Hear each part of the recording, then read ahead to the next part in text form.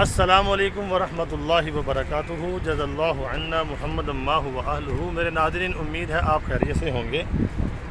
اللہ تعالیٰ شانہ آپ کو خوش و خرم رکھے۔ الحمدللہ اس وقت میں ہوں کراچی میں اور بابا قوم قائد اعظم محمد علی جناح کے مزار کے اوپر۔ یہ پیچھے آپ کے سامنے ان کے مزار کی پکچر چل رہی ہے۔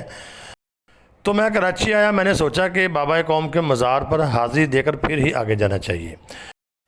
میرے ناظرین، آج کی جو میری ویڈیو ہے اس کا ٹائٹل اور موضوع یہ آپ کے سامنے سکرین کے اوپر چل رہا ہے کہ دجال کا فتنہ پوری دنیا کو اپنی لپیٹ میں تو لے لایا ہے، پاکستان کو بھی اس نے اپنی لپیٹ میں لے لیا ہے۔ یہ جو پیچھے بابا قوم کی آپ کے سامنے یہ پکچر چل رہی ہے، بابا قوم نے جو کہ پاکستان بنایا تھا، وہ اس لیے بنایا تھا کہ یہاں پہ مسلمان جو ہیں غلام نہ رہیں بلکہ آزاد طریقے سے الگ وطن بنا کر اپنی زندگی گزاریں۔ لیکن میں آپ کو بتاتا ہوں کہ ہمارے جو چند لوگ ہیں انہوں نے پاکستان کا ایسا حال کر دیا ہے کہ مہنگائی، غربت اور یہاں پہ بلوں کی کہ بھرمار ہے۔ لوگ کہ سراپا احتجاج ہیں، ایک شہر نہیں پورا پاکستان۔ اور میں آپ کو شروع سے بتاتا آ رہا ہوں کہ یہ دجالی سسٹم ہے سارا، اور اس نے پوری دنیا کو اپنے کنٹرول میں کرنا ہے اور پاکستان کو کنٹرول کرنے کی شروعات ہو چکی ہیں۔ یہ بل جو آپ کو لگ کے اتنے آئے ہیں، اس میں گورنمنٹ کچھ بھی نہیں کر سکتی۔ IMF کو ہم نے اپنا ملک جو ہے وہ دے دیا ہے، اور میں آپ کو اگلی خبر ایک دینے جا رہا ہوں، بڑی اہم خبر ہے۔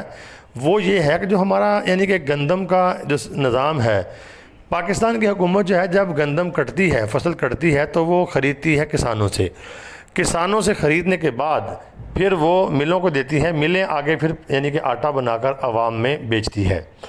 تو صورتحال یہ ہے کہ بلوں کے معاملے میں تو آپ دیکھ ہی رہے ہیں کہ سراپا احتجاج ہیں لوگ، ہمارے بس میں کچھ نہیں، ہم کچھ نہیں کر سکتے۔ ان حکمرانوں نے جو وطن ہمیں بابا قوم نے، قائد اعظم محمد علی جناح نے یا دیگر نے محنت کر کے بنا کے دیا تھا، انہوں نے لگ ایسے رہا کہ اس کو IMF کے حوالے کر دیا ہے۔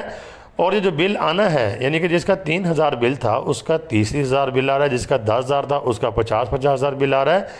یہ دیکھیں یہ کیا ہے۔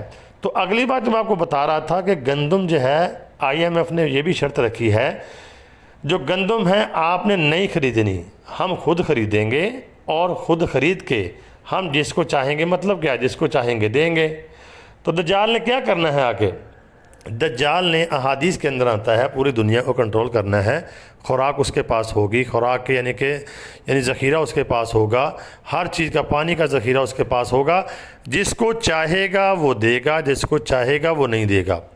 تو آپ کو اب یہ بات بڑی اچھی طرح سمجھ آ رہی ہوگی جو احادیث کے اندر بتایا گیا ہے کہ دجال نے پوری دنیا کو کنٹرول کرنا ہے، اب وہ ملکوں کے ملک کنٹرول کر رہا ہے۔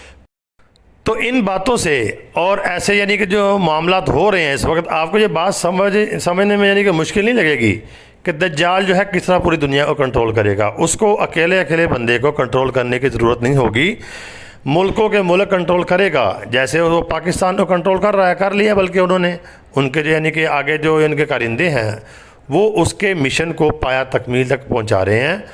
کہ لوگ بے بس ہو جائیں گے، جیسے اب بے بس ہیں، کیا کریں گے؟ احتجاج کر لیں گے، کیا ہوگا؟ آپ کے بل جو ہے ریلیف مل جائے گا آپ کو، یہ آدھے بل اب ادا کر دو، پھر باقی جو ہے وہ ہر منتھ آپ کو جو پچھلے پیسے آپ سے پھر لیے جائیں گے۔ اور گندم کا جو کہ وہ کنٹرول حاصل کر رہے ہیں اجناس کے اوپر اور کھادوں کے اوپر۔ تو میرے ناظرین، پوری دنیا کو کنٹرول کرنا، نیو ورلڈ آرڈر بھی کہ اسی پروگرام کا حصہ ہے۔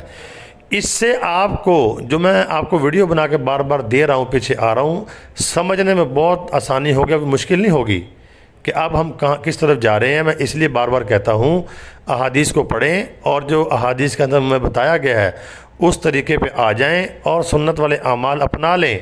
وقت بہت تھوڑا ہے، بہت مشکل ٹائم آ رہا ہے۔ اللہ رب العالمین سے دعا ہے کہ اللہ رب العالمین ہمیں دجال کے فتنے سے اور دیگر فتنوں سے محفوظ فرمائے۔